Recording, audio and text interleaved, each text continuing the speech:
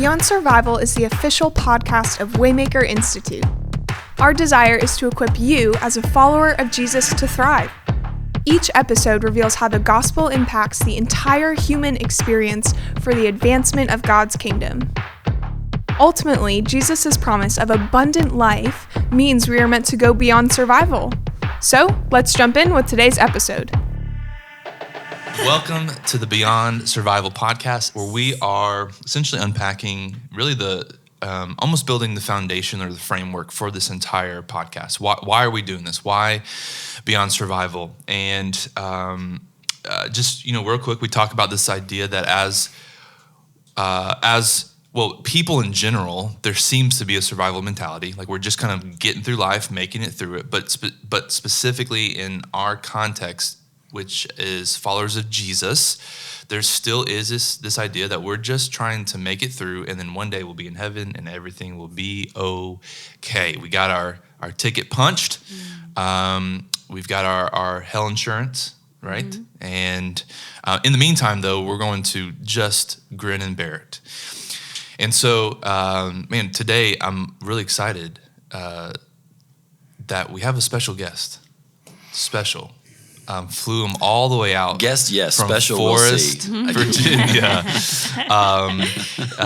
The Kevin Rawls. Now, yes. Kevin, I'm going to start. Here's the deal.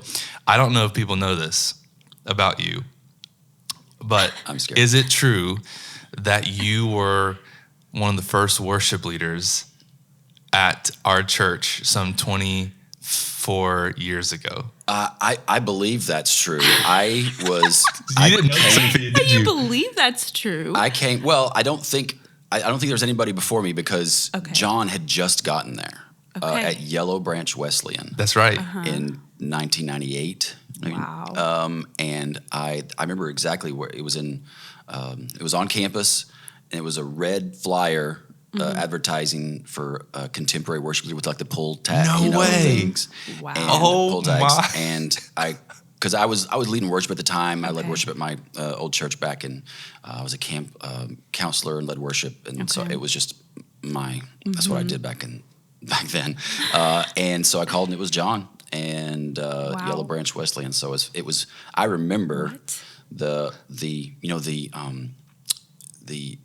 women of Yellow Branch Wesleyan who called John. Yeah, incredible ladies. I knew them. I got to meet them. Wow. I was there, and we sat all on one side of the church in the pews because that was all it would fit. Didn't even need to be on the stage because there wasn't even that many people. Yeah. Wow. Maybe a dozen people, maybe, and that was just those women and their families. Wow. John and Tammy. I don't even think that. They hadn't have any kids yet. Landon, he married. Would have not Landon been wasn't born yet. No, but probably soon after it was. Pretty close. They would pay me by letting me do my laundry at their house. Oh gosh, this is Okay, this needs to be like a movie. I know. Someone needs to write. So you sing? It's been a while, but I play guitar and sing like that. I was in bands in college. It's not really who I am now, so nobody knows it. Bands in college? Oh yeah. What is going on?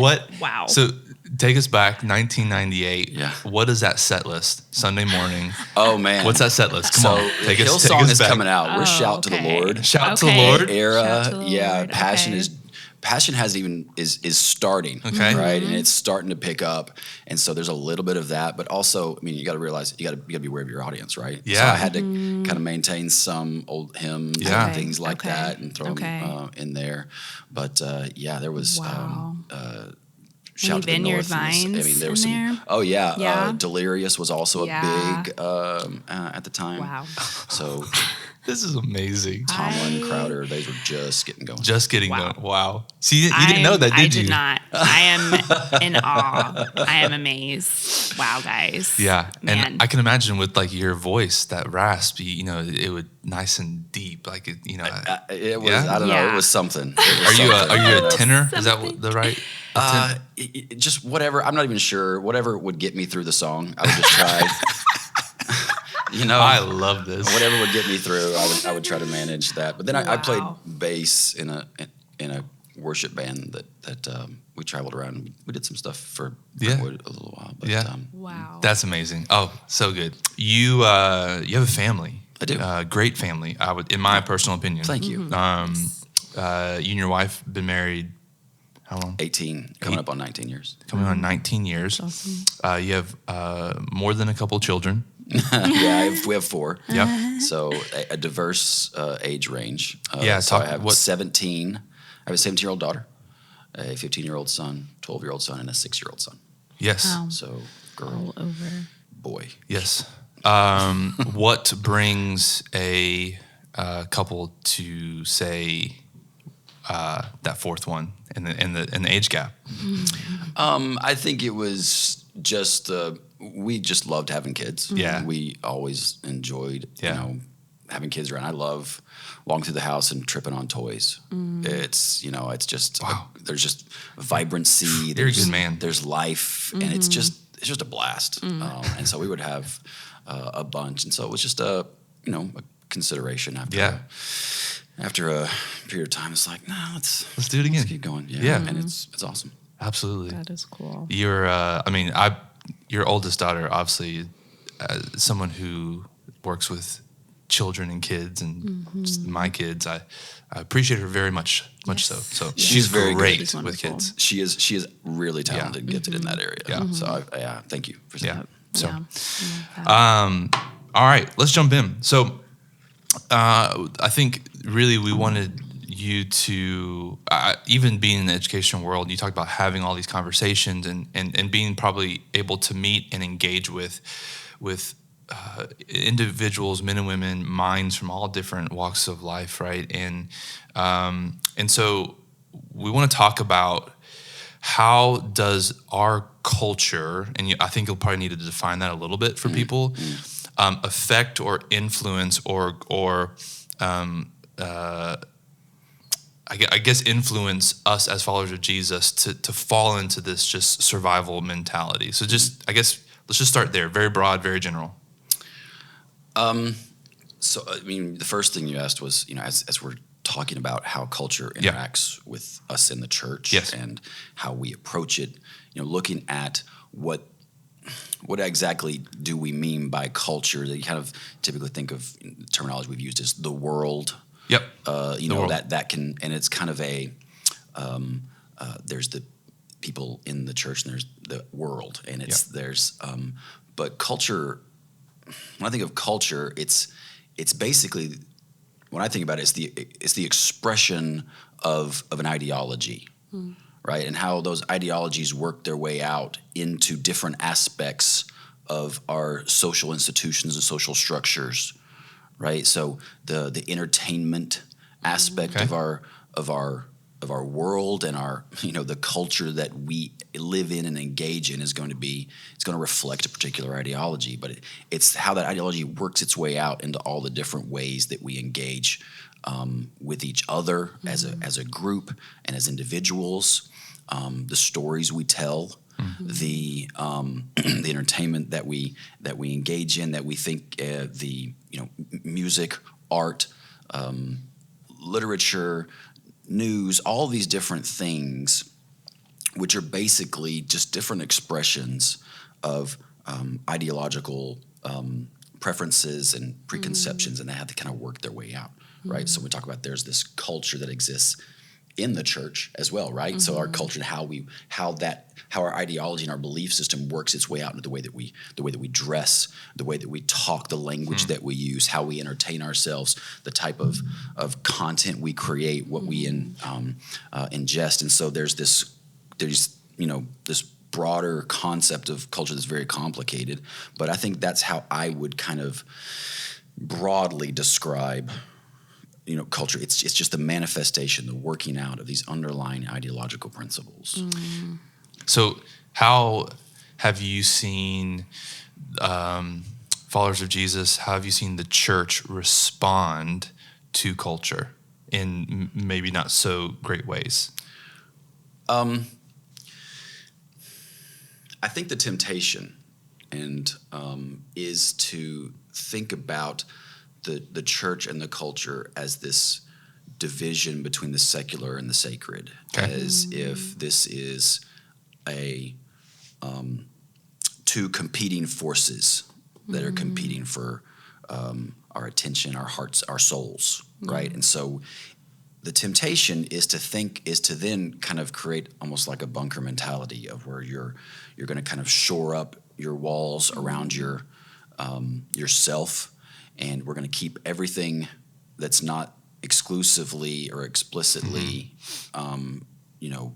worded in this way, and we're going to keep everything else out because it's inherently antithetical to the gospel, right? And so it creates this kind of almost, I would say it's really kind of based in a level of fear, where it's like we're afraid of letting the world in, or letting the culture in, and rightfully so, right? We've seen a lot of believers that have gotten, pulled away and that have started to, experiment with things that are harmful to them, and then they, end up getting pulled into harmful and unhealthy habits and cycles themselves. But I would say that's not something that we don't have to think about it in that way. That we can actually, and this is kind of, I guess, part of the not just thriving. I mean, not just surviving, but thriving. We realize that, there's an ideological structure that undergirds both of people that have a biblical framework, worldview, Christian, and then a non-biblical or naturalistic, materialistic worldview. And whenever, at least for me, I know whenever I've started to see the legitimacy and the robust nature of the biblical worldview, I can see, wow, we actually have a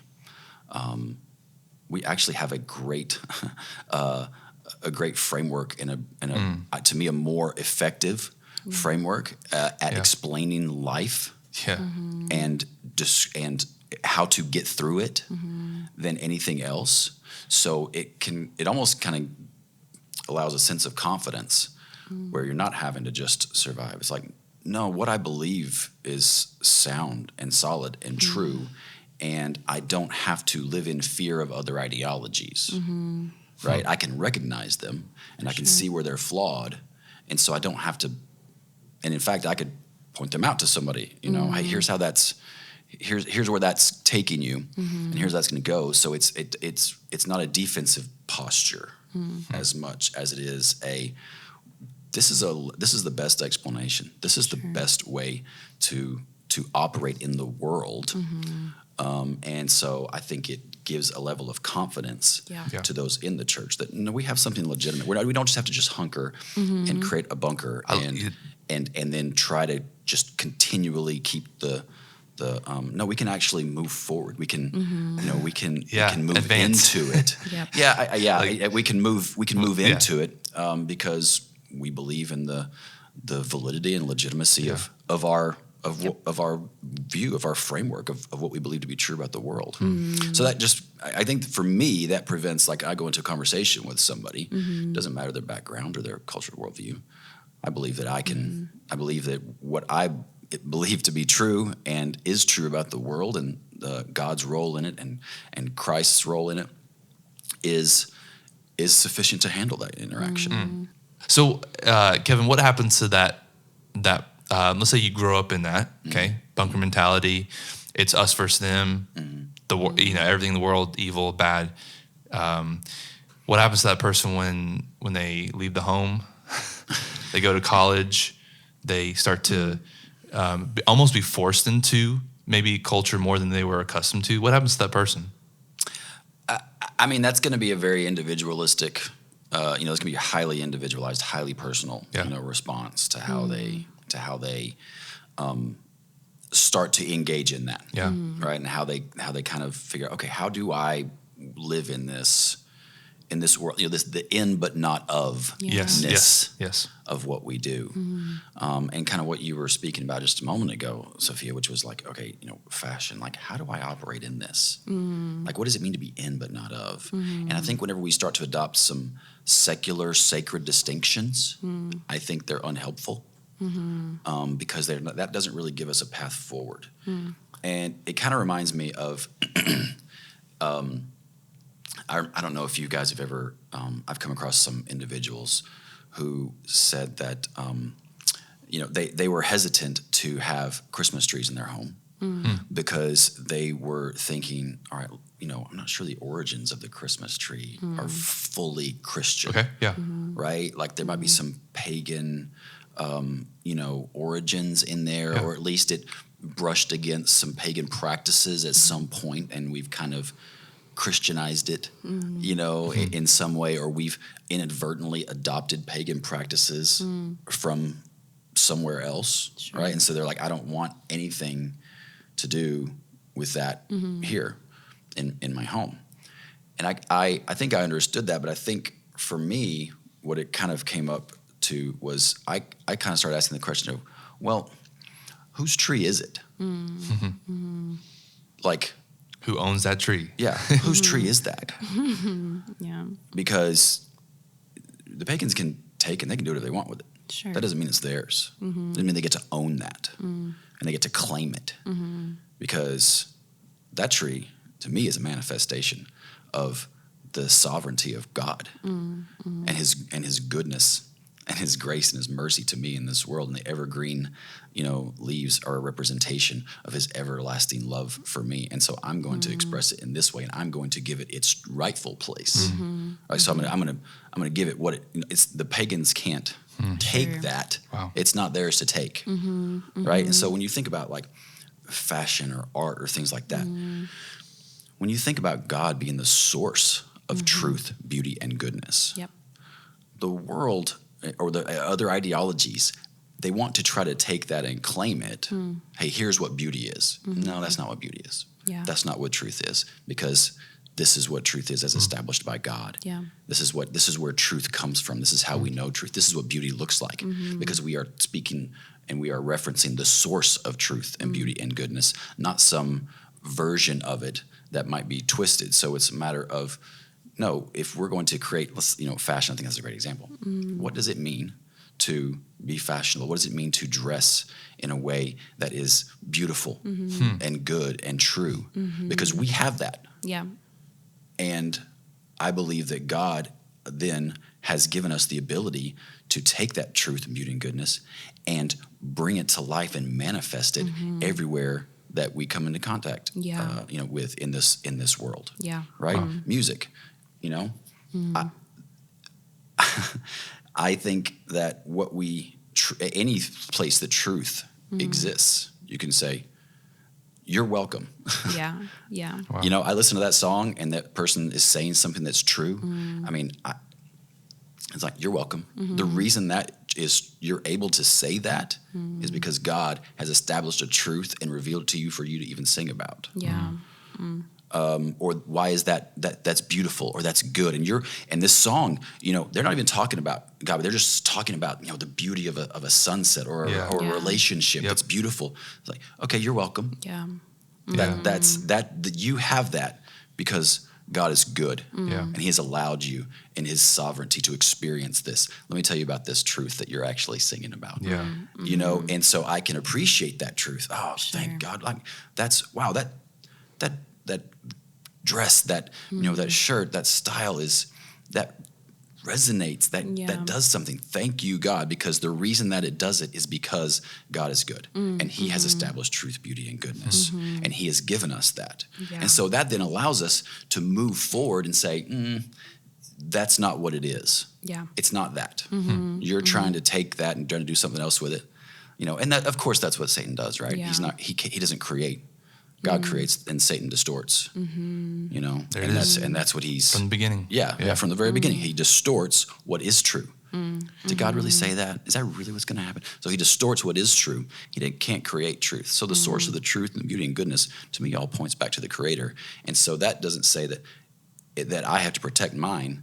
It's that you have to, wait, that's not your tree. You don't just get to do with it wherever you want. That's not what it's for. That's not what it's about. This is what it's for and it's about. So did you just communicate like literally the mission of followers of Jesus though? Like how we approach, like, cause I like, as you're talking, we are understanding the source of truth, and then our role in it is to participate as image bearers to, I guess, reclaim or to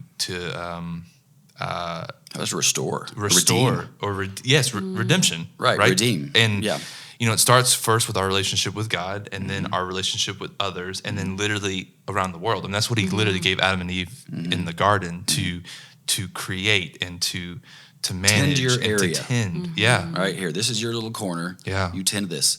God's given you a heart for this and a gifting in this area. Tend that. Yeah. But when we create these secular, sacred distinctions, then it kind of cuts off a whole area. It says, no, this is what really ministry is. You have to be involved in this or this or this. And it's very narrow. Instead of saying, no, God's given you a really a gift and a talent in this. Go reclaim that. Go redeem it. Speak truth and love and point to those truth, beauty, and goodness. And then and as a result, point them to me in those things. So we can speak into it. We can lean into that. And because it's ground that's already been claimed by Christ.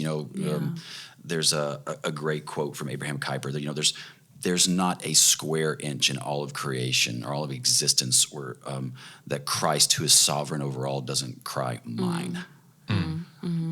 And so it's a matter of redeeming, reclaiming that, and then allowing the reflection of that to point people to God and ultimately to Christ.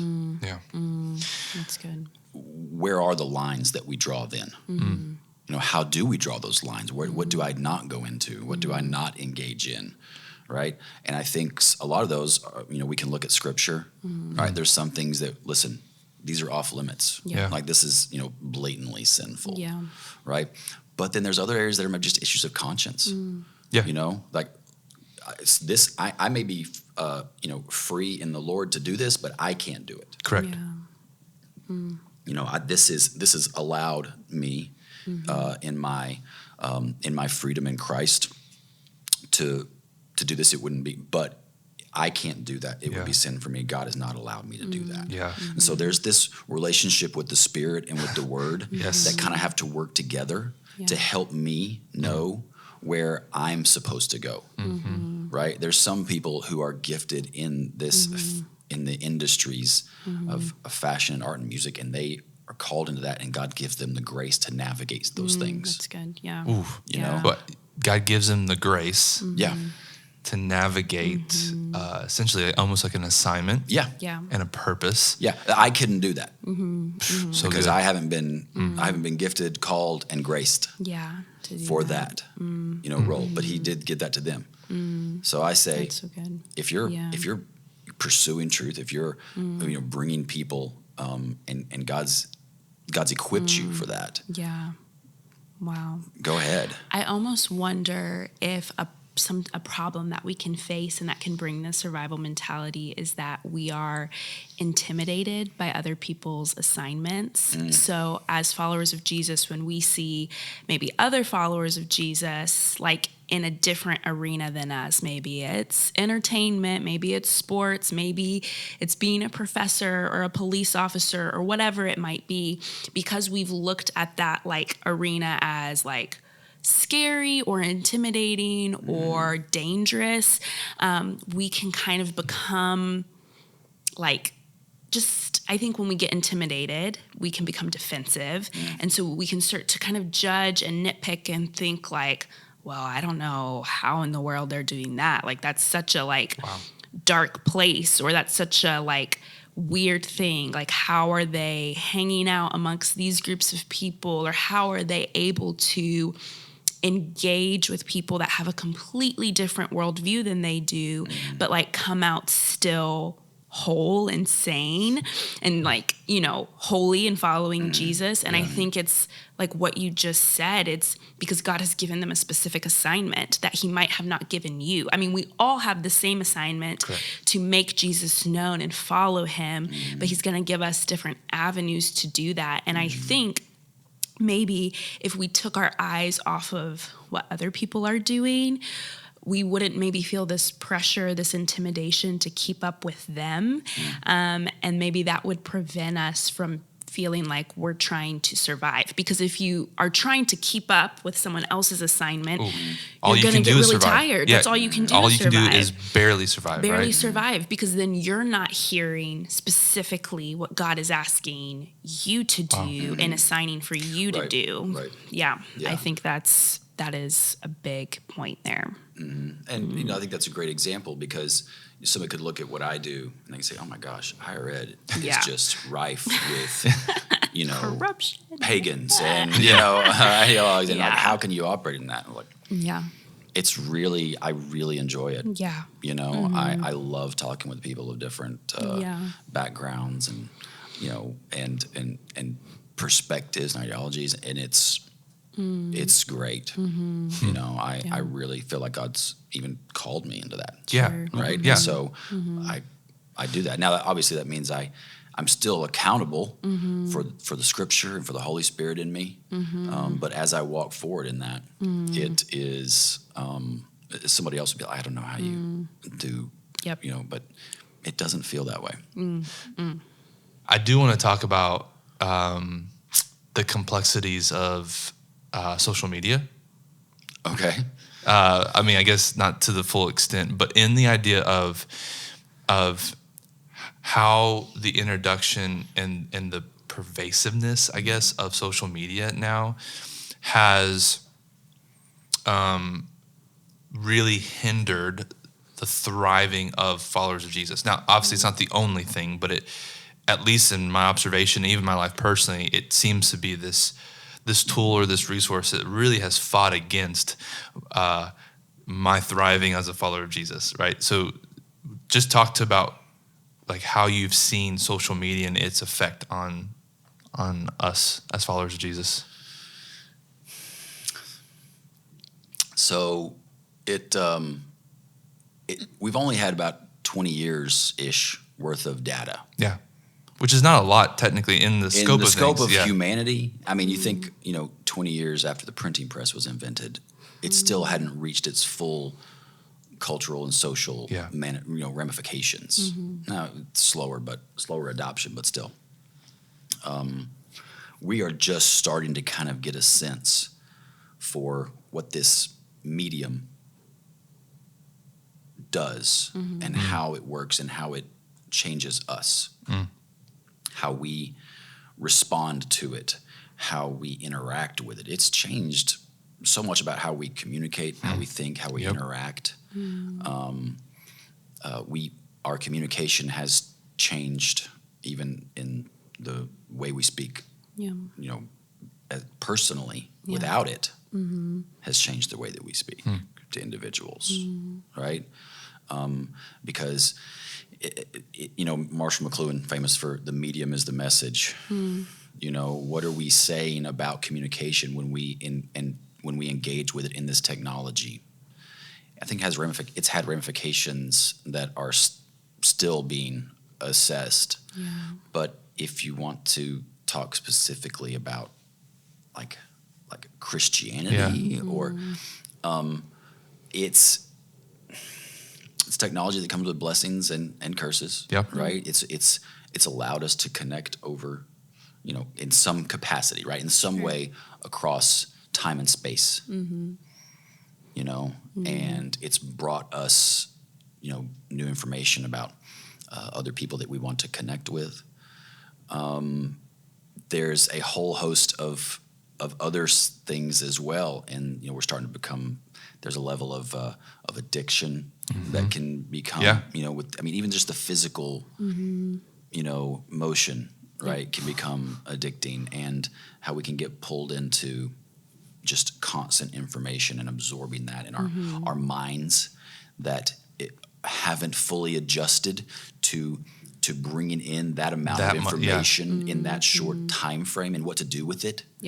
Whenever I'm exposed to the suffering of people all over the world all the time. And you don't have time to process. You're just it's just constantly So that can have a couple intake. of ramifications, right? You can either just become so overwhelmed that it becomes a weight on you, or you can become desensitized and numb where it starts to all just be this this page, right? Yeah. And it stops becoming a person or things like that. So it's very, very complicated. And I don't think you can say there's any area of our psychology, of our sociology that hasn't been impacted in some way by this, mostly just because of the ubiquitous nature of it. It's everywhere. And everybody that has a device, is now has the opportunity to engage this in some way. And it's the ramifications are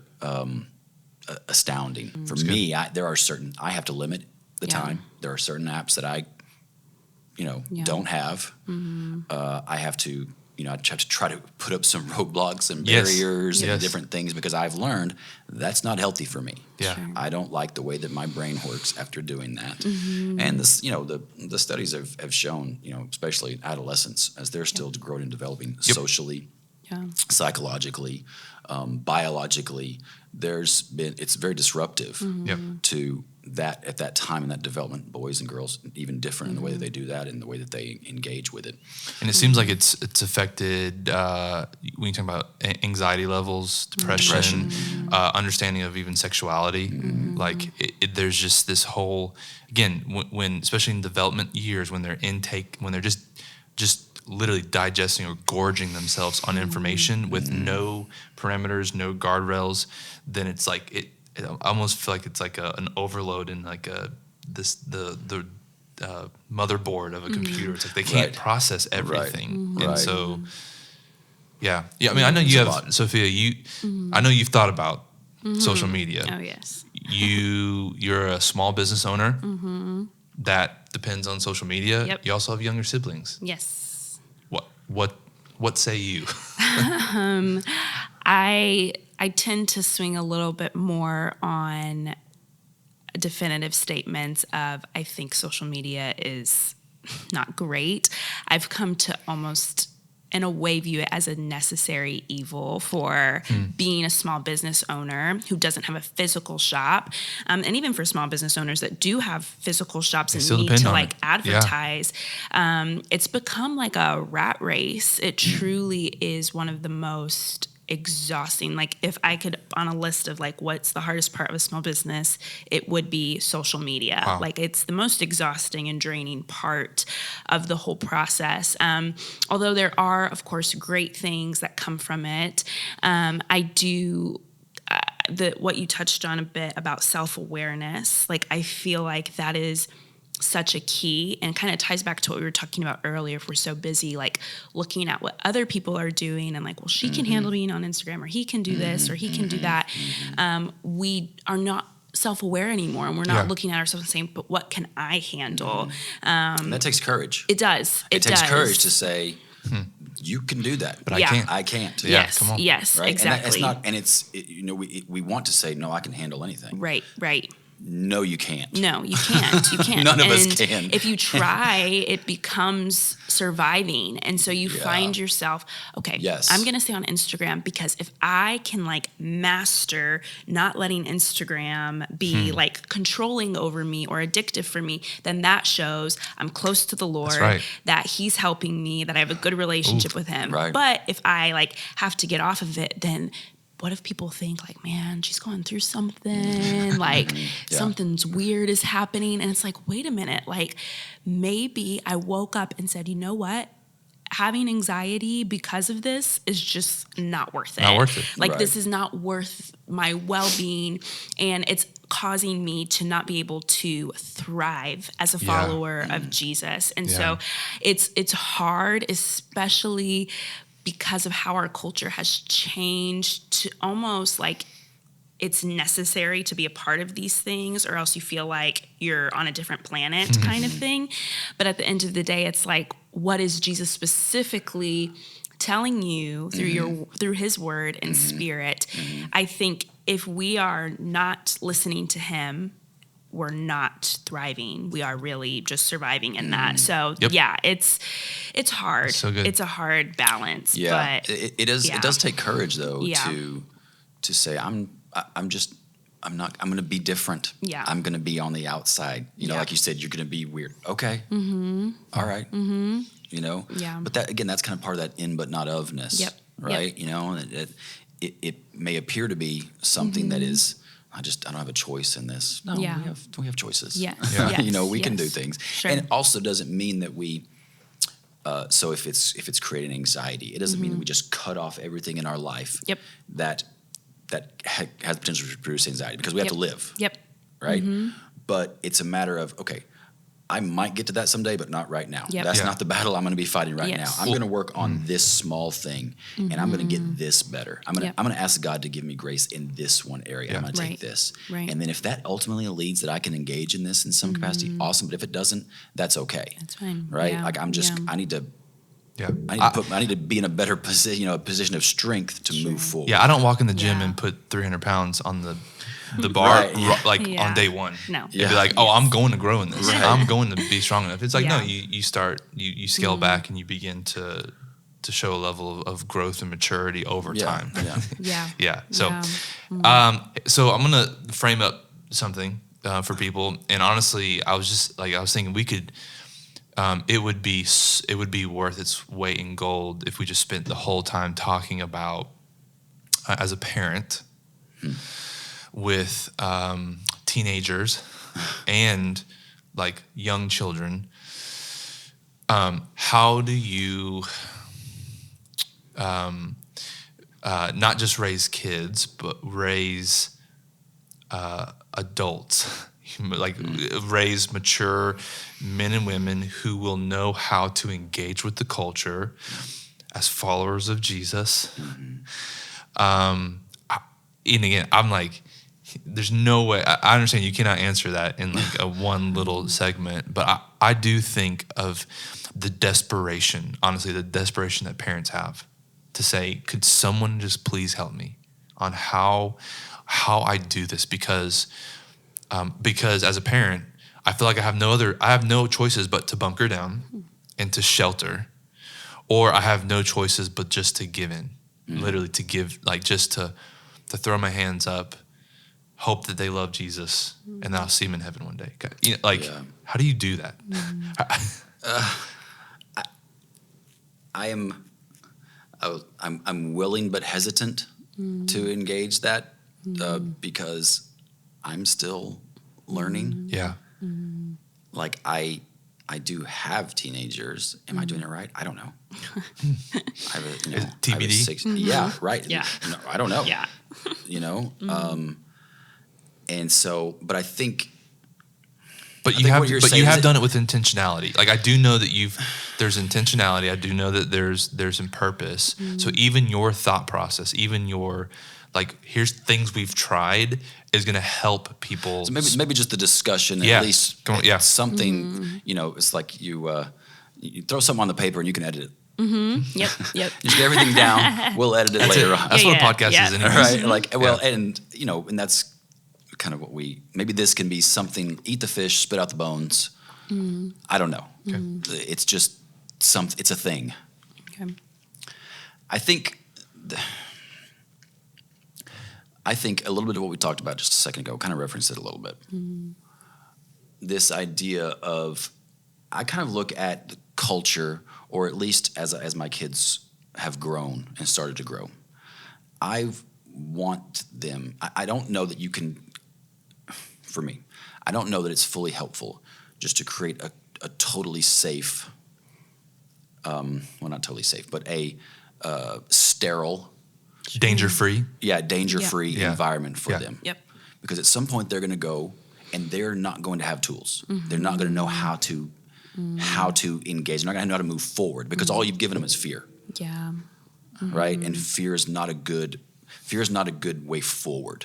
It might serve as some guardrails maybe, but it doesn't give you forward progress, Yeah. That's so good. right? And fear and love can't exist in the same place. Right. I mean, literally, it's Yeah. like if fear is in the master, Perfect love casts out fear. Yeah. You know, we see that. is not. So I think I've got to give them something else.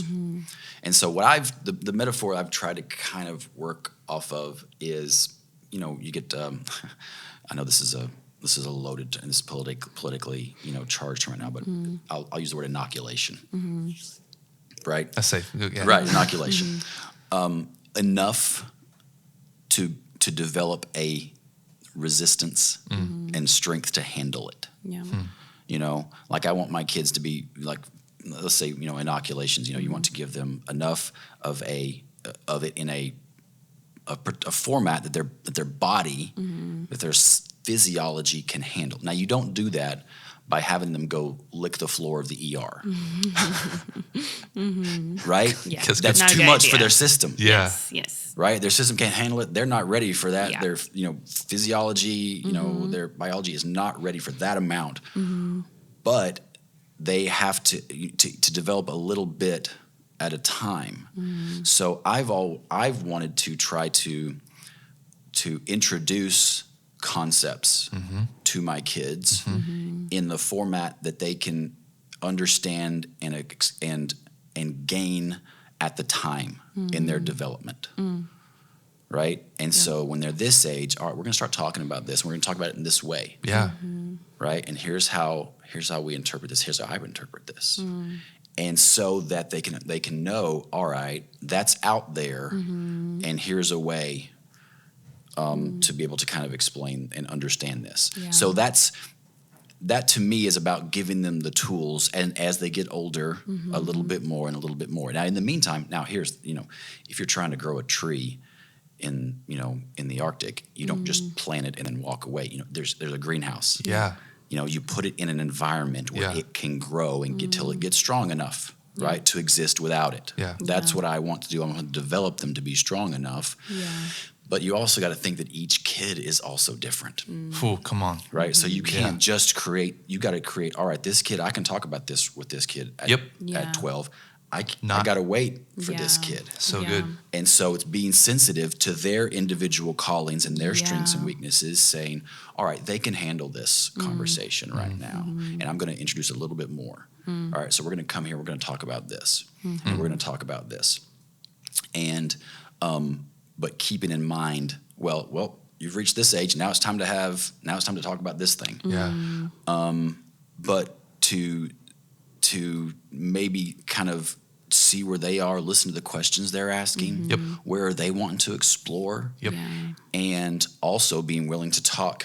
One of the things that I've tried to do is talk to my kids about areas in my own life that I'm growing.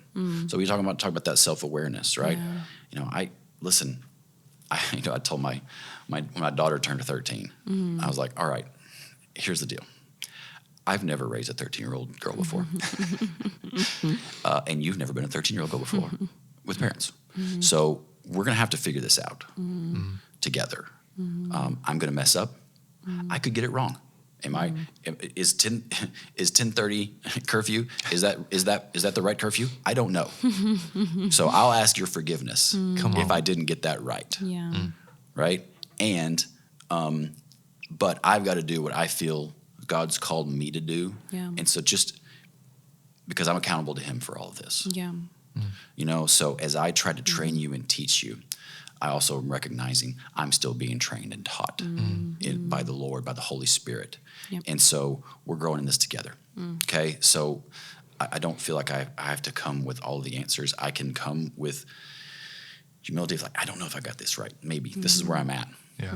And they go, okay, all right. So it's safe to ask. Yeah. It's safe to have a conversation. Which I And think that's still growing. I think what you're describing is a truly a safe home or a safe haven is one not where it's absent of challenge or even danger or exposure. It's one where they're able to engage with it, to talk through it at a certain level, but that doesn't happen by accident. Like, because the thing I keep hearing from you is that you are pursuing individually their heart and their mind, understanding where they're at, and that takes a lot of work. Like it takes does. work knowing them on individual levels. Yes. And saying, here's where we think you are in your cognitive ability, your emotional ability, and awareness, and how this affects you. Right. I just remember like even the conversation which we've had actually about when to introduce my oldest daughter to Harry Potter, which has been a big thing. And and my temptation was like, oh, well, it's just at this age. It's like, well, no, it's not just at this age. It's where is she emotionally Right. to be able to process fiction versus nonfiction and to what extent does she go there? And how do I frame this this type of witchcraft in a way that can help them understand its, what it is, what it's not, how it can interact with that. Because and each kid's going to come to that differently. They're going to walk into their own deal, right? Their own framework, their own lens on that. And so being cautious to that and not saying you're old enough now and you shove it on them. You just you let it be where they need to go at the time. And then you have conversations, which I know that you do, and you've talked about this, where you'll ask them questions. Hey, what do we read? What do you think about that? Right? Why was that character good? It's building a safe. That's a safe environment. Why? What's the matter with it? What makes a good story? My oldest son loves books, loves to read, and so we work constantly. He also loves Marvel movies, Avengers, all this kind of stuff. And I'm thinking, okay, why is that character? Why do we like that character? Why does that resonate with us?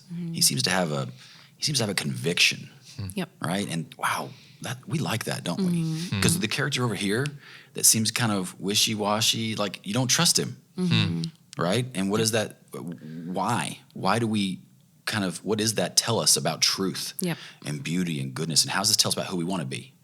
Like, do you want to be the type of person who has conviction and strength? Well, that's a really cool. That's a good model of that. And let's put that in the back of our mind, and then see how that interacts with Scripture and how God's called us to be, and our own convictions, and what that does to the people around us. And so. Just using those as discussion points, as a framework to grow in their own understanding and start to create that self-awareness, right? Wow. I think that's one of the things that I've tried to do is like, you've been doing this and you respond this way. Why do you think that's your response? Do you want to feel that way? Do you enjoy feeling this way? Would you like to feel differently? How could we do that? How could you put your, who do you want to be? I want to be this. Okay. That's going to take, and how can I help you do that? And how can I put you in that framework? So again, this is, I don't know if it's right or wrong. I'm just talking about how we are currently trying to, and it could change. It could all be, junk. But if this is the way that we are approaching it, and we have been approaching it so far. That's good. Is that good? Yeah. Well, I mean, Sophia, you've got a little guy. I do, a 1-year-old. Do you feel hope for the future and how to raise? Yes, I really do. I mean, it's so, I know you're not going to brag on yourself, but we can brag on him, we can. And I think, no, you're not perfect. Yes, you're still trying to figure out and you're taking it day by day, but you truly are paving a way. The things that you're saying are so valuable. It's so powerful for a parent to look at their child and say, hey, I might mess this up. I'm a human. I'm figuring things out with God as well. I'm not perfect. That's so powerful because that opens up a level of vulnerability and trust between a parent and child, which I think is truly a key in today's culture and just in our society in general, a key to raising kids to be critical thinkers and to be followers of Jesus is not protection mode, to the max, but it is teaching them how to critically think and how to have these tools that they can then carry out with them. And, I think there's a level of surrender to that because it's you can do all the right things and maybe your kid still is going to go through something that is difficult. Yeah. But I can say even in my experience, not just as a parent, because my son is still, he doesn't know up from down yet, but with my own parents, even straying away and going through a rough patch, I was able to fall back to them because of the safety they created for me. That's a great and testimony.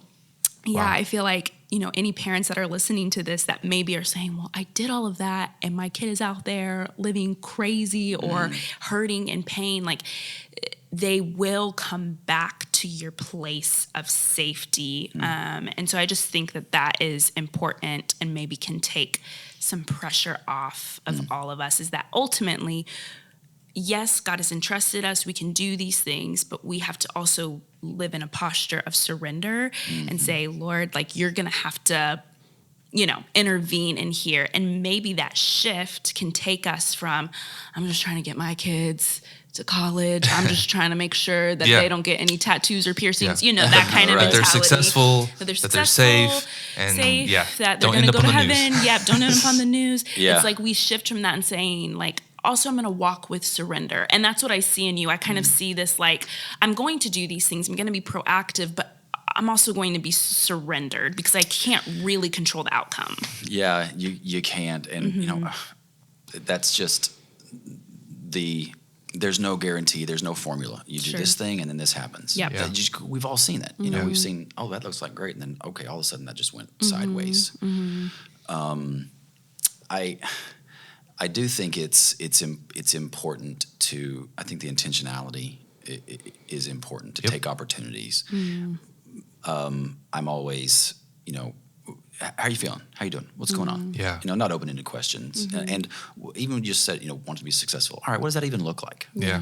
Does that mean they have to make a certain amount of money? Do I really care about that? Or do I care about them being godly, healthy, fully formed, members of the kingdom of God? Yeah.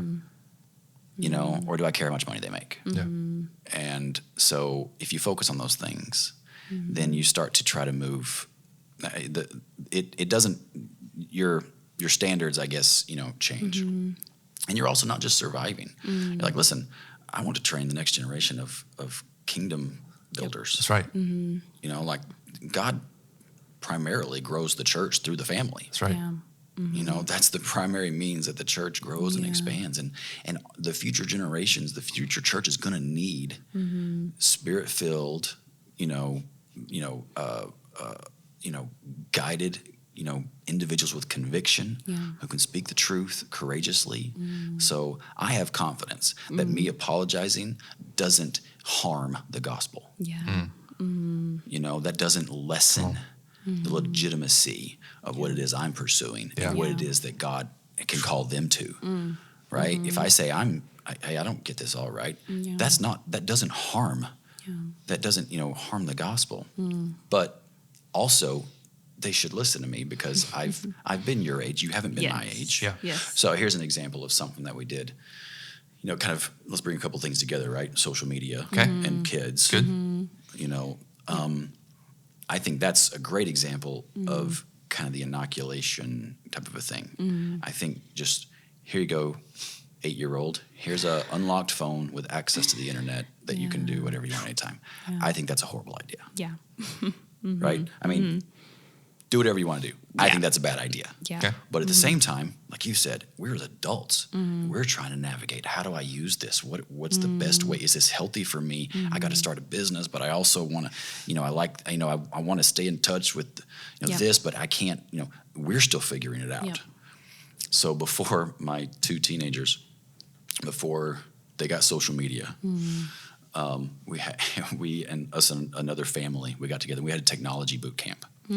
So we spent This a is day. good stuff. This is gold right here. We spent a day on Saturday, and we taught them about. First of all, they came in. My daughter had to read.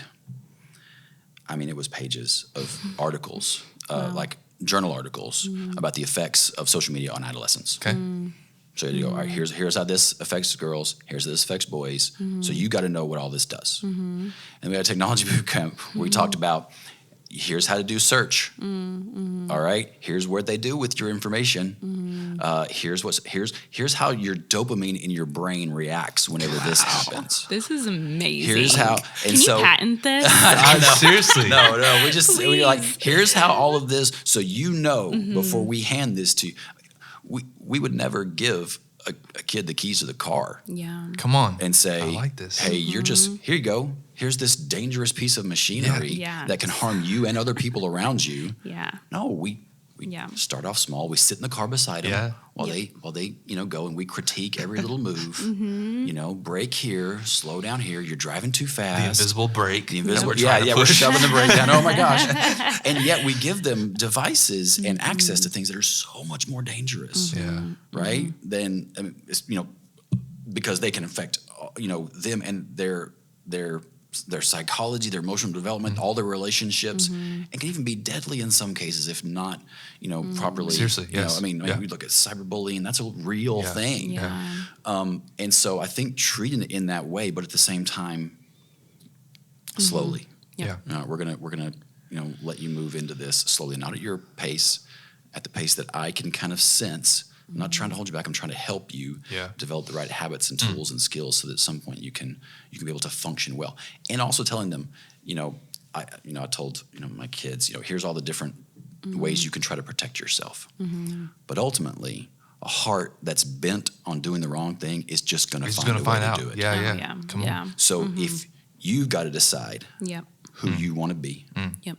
Because I can put all these parameters and you can have all the things. But if in your heart you've decided you're going to pursue something that's harmful, sinful, unhealthy, any of that category, you got to decide who you're going to be. Because there's going to come a time whenever it's going to be up to you. You're going to be the one paying the bill. You're going to be the one who has access to it. And so how do I prepare them best for that moment? Right? Whenever I'm not there, nobody's there, and it doesn't matter. How do I prepare them for that moment best? Of working up the skills and the tools to be able to manage that. That time. You truly are. You are equipping them. You're developing them. You're like that's just powerful. And I just really appreciate like the specific example of that because I think it helps people, especially like visual. Like how do I do this? And it's like this is kind of how we did it. And you said you were like, hey, change it. Alter it for your context and your family. Yeah, absolutely. Eat the fish, spit out the bones. There it is. Kevin, really appreciate it. No, of course, my pleasure. And it's been an honor. And I think we could talk for many hours, but we don't want people to spend that much time on social media or podcasts. We want them out engaging in real relationships. We'll follow it up. We'll stretch it out. Yes. All right. Yes. Thank you.